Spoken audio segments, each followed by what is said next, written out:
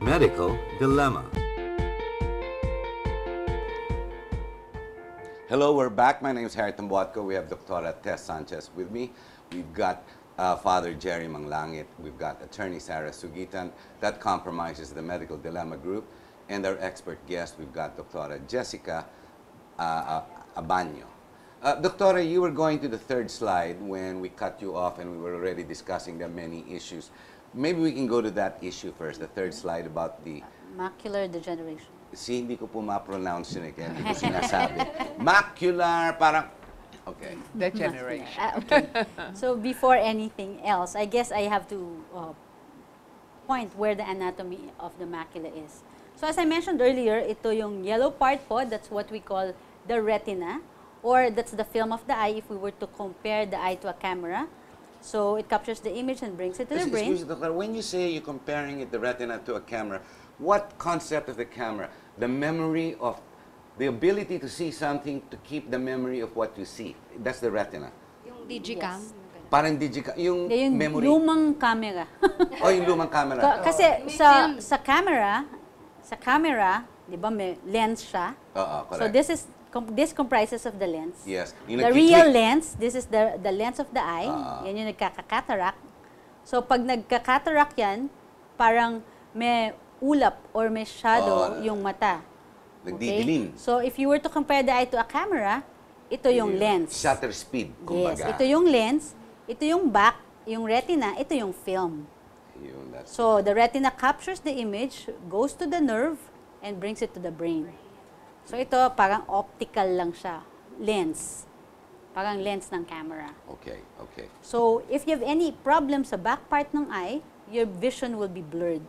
Also at the back of the eye, not in front of the glass portion. Yes. So this back part, this is what we call the macula, the center of the retina. It's the macula. What is that made of? It looks like it's just basically skin with a lot of nerves going in and out. Yes. The retina has the blood vessels and then it has also some of the nerves. But it's viscous, it's just a gelatic type, gelatic. Hindi siya structure siya. It's a structure. It's a structure talaga. Yes, it's a structure. Gosh, God is great, isn't He? Yeah. How the eye is made out of. How did you even get to study and master this? Ano ba yun? Binuksan You have niyo to yung mata? slice. Well, really, and science, look at it. This red one does the left foot, the blue one does the right foot. But go ahead. For the retina, you have a retina specialist. I'm not a retina specialist, but I can talk about what we call macular degeneration. His name is Steve Jobs, the specialist. Diba? But go ahead, yes. Yes. So the macula is the center part of the retina. So it is responsible for clear central vision. So usually, patients with macular degeneration have blurred center vision. So what happens in macular degeneration is actually yung mga byproducts ng metabolism ng retina na usually nalalabas ng eye in a normal way, hindi nalalabas. And what happens is these deposits, which we call drusen's, para siyang trash ng eye. Nagde-deposit siya inside the eye. I think you have to turn it on. It went off. There. Meron palang mga ganun sa mata, no? May It's okay to deposits. turn it around. Okay. Father, earlier we were talking about the stem cell, and my perception of stem cell was the ability to get a substance or something that's in good condition, moving it from one part of your body. This is the minor stem cell. The other stem cell, the one that got popular as well, guy in Enrile, where he got a goat or some animal in Germany or something, whatnot. But you have the minor stem cell. I know some doctors do that, where they take the fat from your body. In this case, I think I misunderstood it, Doctora, correct? Yes. Your stem cell concept was totally different. Yes. It's an adult form of stem cell. There are different types of stem cell. One, pwedeng galing sa embryo. Yung embryo, yung stem cell ng embryo, that can regenerate to any type of our organ. Pluripotent. Yes, pluripotent. And then if it's an adult stem cell, if it's an eye stem cell, yun lang yung mapoproduce niya. Tsaka that came from the same person, the same body. Not Her really. stem cell. Yes. For the eye. Earlier, the example she was saying, it came from the same body, same person, you take it from one side, but because that eye was already defective. Right. Kumbaga, you took a spare part. Yes. Parang ganon. You took the interior tire, pero maandar pa rin yung gulong. Parang nilagay mo ngayon sa kabila para umandar. Yun, legal yun. Yes, it's allowed. Yeah, because of course, because it's the to yourself. donor The is also donors- the donee. So the Not consent only legal, is... it's also ethical. It's ethical because it comes from your own body to repair your own body. Well, because it's going to be very useful to the other eye, for that matter, and the other one it's Already already done. useless. Can we go to another? Is there another slide you'd like to Yeah, bring us to? the Yes. macular. I think we oh, lost yeah. the- Yes, so this is, No, we lost the picture again. Alam mo yan, ang there, naiiba kay there. Steve Jobs. Eh. There you go. Yun, we caught it already. We caught it. Doctor, you can explain this. There we go. so, yes, that is a photo of the retina. So, yung nasa center, yung may arrow, those are the deposits. We call it drusen. The arrow, yes, the blue Yes. arrow now, Yung yes. drusen na yan shouldn't be there. So, if you have those drusens, those are deposits of parang trash ng mata or byproducts of metabolism that causes blurred center vision. Hindi So, mo that's pe- what we call You can macular take it out. degeneration. You can take No, this out. you cannot take it out Permanent anymore. It's already. permanently That's there. permanent. Oh, well, we, Yeah. A sign of aging. Yeah, that's my degeneration from That's a rule. aging. TV also. caught my mouth open, gaping open, look at it. Oh my God. Ang dami naman produkto ngayon sa market that they sell. Baka kaya na ayusin yan, yung mga red eye, mga eye mo, yung mga kung ano binibenta ngayon dyan na wellness, ano. Iyan po, huwag nyo gamitin, sabi ng doktora. Mga vitamins. How are we Not all supposed to of it. handle that? First of all, if ever you have eye problems o kahit anong sintomas na mayroon kayo sa mata, ang kailangan you have to consult your doctor. But they're selling these products. Am I right, Father? Right, Over the counter Binibenta pa nila. yun. It's Right. called wellness products. Right. Minamarket yan. They even have stem cell capsules. and that's the reason where you have some ethical issues there. How come they're not being withdrawn, confiscated, but hindi inuhuli ng batas? They can sell. There's no prohibition. Yung ano lang FDA regulation, meaning you have to guarantee whether it's safe for commercial consumption, for public consumption. Pero if efficacy or effectivity nung supplement is not Iba. it's not provided. Sometimes it's not even tested if I'm not mistaken. It just goes through the channels of trade. Tapos kung may complaint na lang, saka na lang nalalaman na nakapasok na pala sa merkado. Pero that's They're unethical. presented That's as unethical, supplements. yes. They're presented as Oh, supplements exactly, only. Doctor. That's the exact. Sinasabi, what did they call that? May batas kasi, no approved therapeutical claims. Yes. Pero binibenta nila nonetheless. And poor Juan de la Cruz, okay sa mata ito kasi mahal ang doktor eh. Kukunin nga, di ba? May iba nga, ini-spray pa yung mata, sabi mo. Yes. So, hindi dapat po. Eh, yung Dapat- eye mo, di ba? I think FDA yan. Ang tagal na sa market yung eye mo. Meron pa yung red eye. Yes. Yung, yes. Ang pinaka-important is these products can be harmful if they are not used properly. And if you don't have that tamang diagnosis, kailangan magkonsulta talaga sa doktor muna bago gumamit because this can have harmful effects as well. Doktora, alam niyo naman today, it's called Dr. Google. Dr. Google tells you everything in your body and diagnoses everything, di ba? And the audience thinks they understand already. Oo, di the ba? situation. Dr. Google, no. Put your head in the bathtub, only put one ice cube and just wait for 2 minutes and raise up and you'll be okay. And then you'll see people sticking their head in. And sometimes even some doctors, we do not know these doctors, but they also even promote it. Even, for example, in advertisement. But you see, if you try to, let's say, prescribe, it's also ethical, or it should be part of the ethics of a doctor to see the patient. Not just to make prescription through the telephone or through the television. That's unethical. Yeah, you really have to see the But do you know patient, there are examine. new applications now? I've been approached for one just in the recent weeks. An application in the telephone where you can actually consult with the doctor because after all, the telephones today are smartphones. Oh, tingnan mo yung bukol ko po. Ito, ang mata ko, tingnan mo. Oh, yan. Oh, tingin mo, masama na ba mata ko? Ano kaya dyan? Doctor, you know. May camera yung phone. Kasi nag-uusap na kayo, consultation. But you know, So in other words, hindi in the dapat. encounter between a doctor and a patient, you should not only see something in the picture, but the whole totality of the patient. Dapat yan. Okay? Because there are things that probably you need to smell, even. You need to The hear. other sense, Yeah. yes. Yeah, other Yes. sense, yes. Yes. That's how Touch. good diagnosis should be. And that should be the ones that must be promoted by doctors. I'd like to touch on one more ethical issue, if we can squeeze it in the last 4 minutes. Religion. How does religion come to play? You had a situation where you had a Muslim, for example, where Islam became a problem towards what? From one to another. Because in Islam, you can donate to your God, your chieftain, your sultan. I offer you my life, di ba?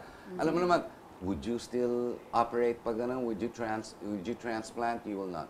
As a doctor, we don't get donor who's still alive. Talagang Because, period. yes, because it will jeopardize or it will endanger that eye, Even if religion allows it? even if religion allows it. I'm the Because my caliphate in religion doesn't allow ISIS. You do this, hindi pwede gawin. Period. I will not. Ako, Even at the risk personally. of life, ha? Kung minsan pinapatay sila kung ayaw nila gawin. And Sometimes, that's, di ba? that very thing is unethical, really. Why should you be under pressure? It is supposed to be something that Voluntary. you should take it voluntarily with Yes. consent and everything. But you see, sometimes also, well, religion would come into play and even culture. For example, there is not much prevalence of organ transplantation, for example, in Japan, because that is something which is not a part of their culture. That's why there are some Japanese who are, well, liberal-minded, would go to other countries before they would even come to the Philippines to seek organ transplantation. But Iba. not there. Iba na talaga ang mundo. It's 2015 and they're allowing gay marriage. So why not just transfer the eyes? We have the last 3 minutes. How about a quick message from you, Doctora, to our viewers before we part? A quick message. Yes. For all the viewers, I will encourage, kung meron po kayong sintomas sa mata, ang pinakamabuti pa rin ay kumonsulta sa doktor nyo. Sa madami hong ophthalmologist around, meron ho kaming 1,500 ophthalmologists sa buong Pilipinas na ready to serve you.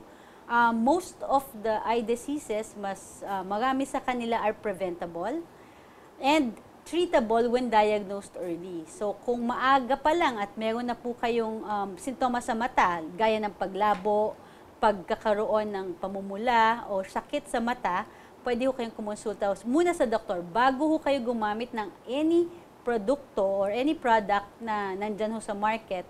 Hindi ho porke ginagamit ng artista, maganda ho sa mata. Salamat po, Doktora. Akala ko po yung una, Kapampangan si Doktora, yung pala talaga yun ang pronunciation, ophthalmologist. Hindi Kapampangan. Kayo, ano po ang payo nyo, Attorney Sigitan? Siguro dun sa last point na hindi na natin masyado na-discuss, a doctor can object to certain things. Like, we cannot force a doctor to do something for us. And in fact, we cannot force anyone to do anything for us kasi it's enshrined in our Constitution, yung no to slavery. So, that falls under that. No, we can always go to Pakistan and have it done. Father Jerry? Well, in my experience, we must always promote a thing about quality healthcare. And quality healthcare is always something which is efficacious, must be, of course, affordable, accessible, and the last would be, it has to be moral. Gee, I'm not sure that sounds like Pinoy's government, but I'm going to try. Dr. Tess, ang dami ko pinapasok dito. This is not my show, it's Medical Dilemma. Oh, it's all right. Doktora? Basta si Harry. Well, you know, the eye is one of the most important organs in our body. You know, if a person is blind, you can hardly be functional, right? Right. And so treat it as if it is really, it's really something that if you lose it, wala na. You lose your eyesight, how can you now be very functional? We'd like to thank you. We are ending the program. Medical Dilemma comes to you in form of information education. So you need not be critical, but at least you need to understand the real issues that confront doctors, hospitals on a daily basis. It's not all that easy to make decisions. You've got the legal issues. I mean, do you need to be a lawyer to become that doctor, to operate, to become the ethicist, to become that Christian, that faith, that priest, and the general practitioner, as well as whatever? It's not all easy. The complexity of issues make us human, and we need each other and expertise to come across, to come about, to become and stay human. Well, that's enough. Maraming salamat po. My name's Harry Tumbuatco. I'm sitting in for Sunny Del Rosario. We hope you've enjoyed the show. We'll be back next week. Watch the replays. It comes on. Before anything else, one more time, thank you to the sponsors. You've got St. Clair's Medical Center. That's in Dian Street in Palanan, Makati. you've got Makati Medical Center, and you've got Life's Quest, a consultancy group. Maraming salamat po. Very good.